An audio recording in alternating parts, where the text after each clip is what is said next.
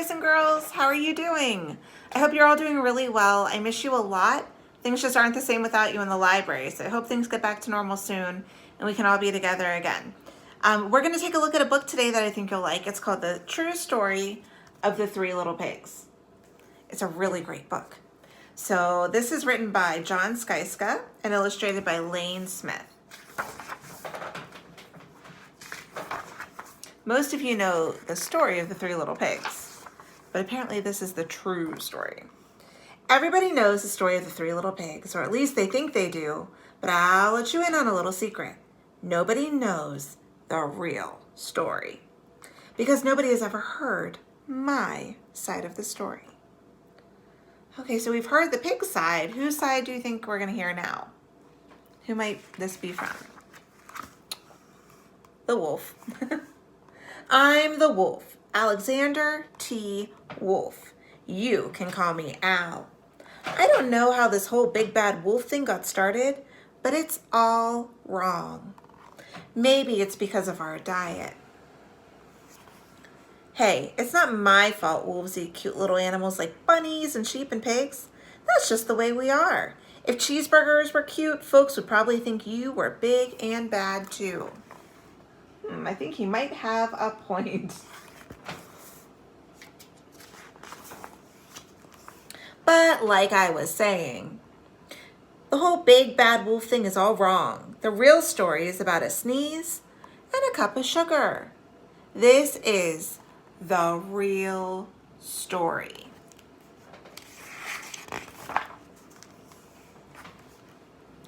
Way back in Once Upon a Time, I was making a birthday cake for my dear old granny.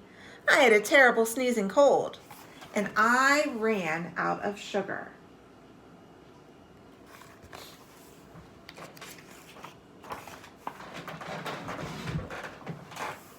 So I walked down the street to ask my neighbor for a cup of sugar. Now this neighbor was a pig. He wasn't too bright either. He had built his whole house out of straw.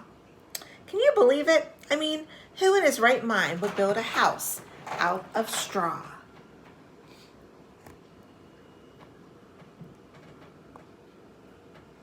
And up there you can see the pig's house.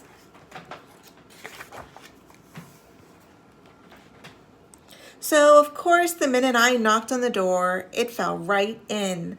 I didn't want to just walk into someone else's house. So I called, little pig, are you in? No answer. I was just about to go home without the cup of sugar for my dear old granny's birthday cake. That's when my nose started to itch. I felt a sneeze coming on. Well, I huffed and I snuffled.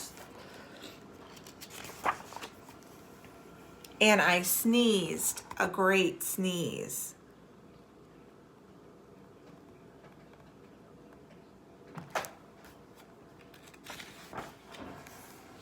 And you know what? The whole darn straw house fell down. And right in the middle of the pile of straw was the first little pig, dead as a doornail. He had been home the whole time. It seemed like a shame to leave a perfectly good ham dinner lying there in the straw. So I ate it up. Think of it as a big cheeseburger just lying there. Do you believe the wolf? I was feeling a little better, but I still didn't have my cup of sugar, so I went to the next neighbor's house. This neighbor was the first little pig's brother. He was a little smarter, but not much. He had built his house out of sticks. I rang the bell on the stick house. Nobody answered. I called, Mr. Pig, are you in? He yelled back, go away, wolf. You can't come in. I'm shaving the hairs on my chinny chin chin.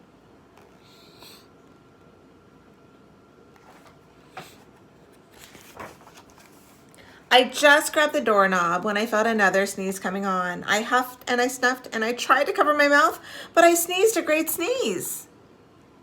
Uh-oh.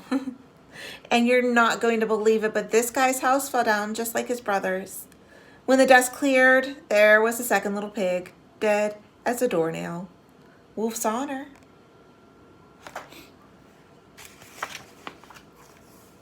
Now, you know food will spoil.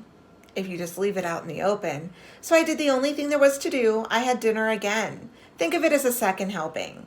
I was getting awfully full, but my cold was feeling a little bit better, and I still didn't have that cup of sugar for my dear old granny's birthday cake. So I went to the next house. This guy was the first and second little pig's brother. He must have been the brains of the family. He had built his house out of bricks. I knocked on the brick house. No answer. I called, Mr. Pig, Mr. Pig, are you in? And do you know what the rude little porker answered? Get out of here, wolf. Don't bother me again.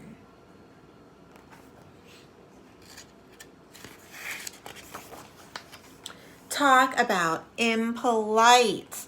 He probably had a whole sack full of sugar, and he wouldn't give me even one little cup for my dear sweet old granny's birthday cake. What a pig.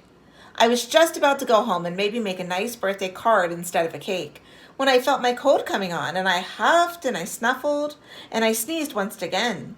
Then the third little pig yelled, and your old granny can sit on a pin.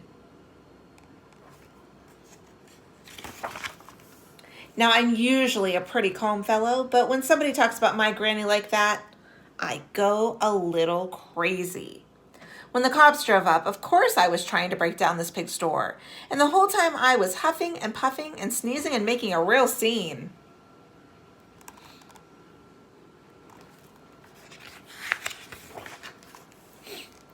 The news reporters found out about the 2 pigs I had for dinner. They figured a sick guy going to borrow a cup of sugar didn't sound very exciting. So they jazzed up the story with all of that huff and puff and blow your house down. And they made me the big bad wolf. That's it. The real story. I was framed.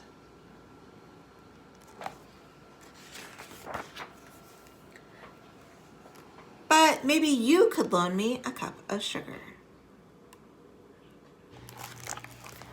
I don't know, you guys. Do you think he's telling the truth, or do you think the pigs were telling the truth with their story? I don't know. I think wolves can be a little tricky sometimes, so I think he might be lying. Not sure. Right now would be a really great time for you to open up your library activity packet to this page right here. It says draw the 3 little pigs in the picture and color your picture.